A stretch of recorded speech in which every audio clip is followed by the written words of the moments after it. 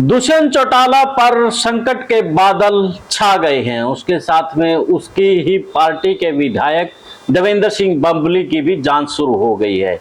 एक साथ दोनों की जांच होना सीधे तौर पर दर्शाता है कि भाजपा अब जजपा का काम तमाम करने में लग गई है।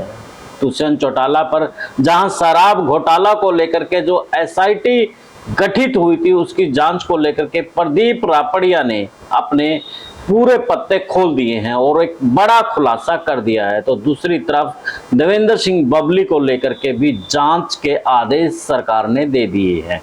तो इसी पर चर्चा करेंगे। चर्चा करने से पहले चैनल को फॉलो, शेयर और सब्सक्राइब भी कर दीजिए। आपका शेयर और सब्सक्राइब करना हमें और हमारी टीम का हौसला बढ़ाता है और भी खुलासे लेकर के आए। इसके लिए आप कमेंट भी करना ना भूलें और कमेंट में बताएं क्या दुष्यंत चौटाला और जो देवेंद्र सिंह बबली है वो भाजपा में शामिल होने के लिए कोई ड्रामा है या फिर वास्तव में कोई भाजपा का खेल है। कमेंट करके आप अपनी राय जरूर दें। सभी को नमस्कार, राम राम। मैं कुलदीप खंडेलवाल, दावी सप्रेम न्यूज और हरियाणा न्यूज फ्लैश।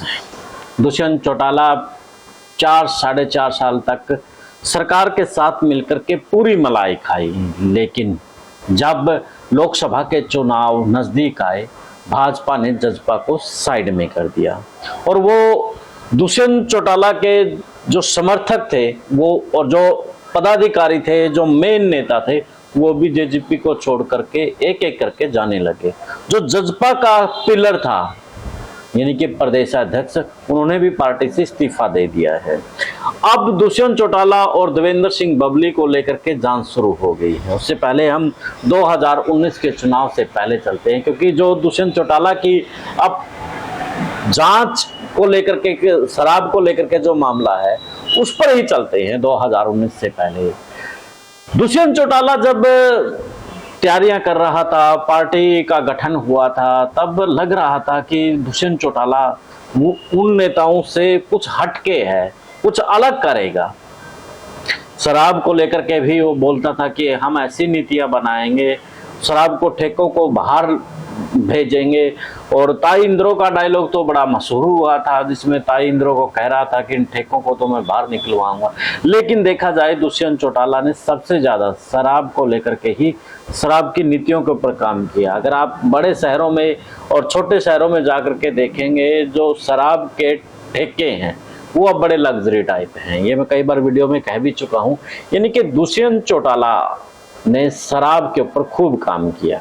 कोरोना काल के दौरान कोरोना से लोगों के अंदर अफरा तफरी थी, तब शराब का घोटाला चल रहा था, लोग मर रहे थे, उस वक्त शराब का घोटाला चल रहा था। सीधे तौर पर कहा जा सकता है कि उस वक्त सरकार और प्रशासन मिल करके खूब पैसा बटोर रहा था और कोरोना की उस महामारी यानी कि 2020 के अंदर लगभग उस वक्त 30 से ज्यादा लोगों की मौत भी हो गई थी।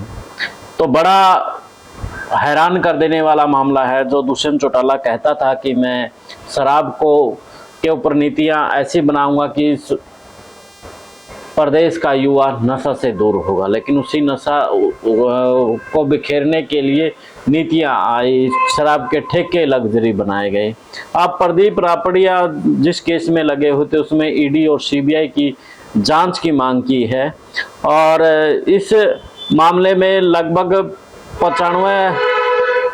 9,519.98 करोड़ रुपए का ये बड़ा घोटाला सामने आया है। चंडीगढ़ के जो लोकसभा चुनाव में हरियाणा शराब घोटाला में एक बार फिर चर्चा में आ गया है और मार्च 2020 के कोरोना की पहली लहर में जो लॉकडाउन लगा था, हरियाणा की उस समय शराब की तस्करी हुई थी। पुलिस ने उस मामले में गोदामों को सील किया गया था। शराब की बोतलें उस वक्त गायब हुई थी। 5 गुना से ज्यादा दाम पर उस वक्त शराब बेची भी गई थी। जब अवैध रूप से बेचने के लिए शराब नहीं बची तो माफिया नकली शराब बनाने में लग गए थे और जिसके चलते 2020 में जहरीली शराब पीने से 3 से ज्यादा लोगों की मौत हो गई थी। अब जो प्रदीप रापड़िया है, वकील है, वो उन्होंने इस मामले में ईडी और सीबीआई की जांच की मांग की है। और दूसरी तरफ सरकार भी आपस में नहीं, कि चाहे भाजपा वाले हैं चाहे जजपा वाले हैं, दोनों एक दूसरे के ऊपर आरोप प्रत्यारोप लगा रहे हैं। पहले मनोहर लाल खट्टर ने इस मामले को लेकर के कहा कि मैं इस मामले में जांच होगी और जांच को दोषियों को बख्शा नहीं जाएगा। नायब सिंह सैनी ने भी कह दिया है। हालांकि अजय सिंह चौटाला बड़े बोले हैं। वो पहले वीरेंद्र सिंह को कहते थे कि तुम्हारी तो प्राथमिकता ही सदस्य है, अब पार्टी में कुछ है ही नहीं।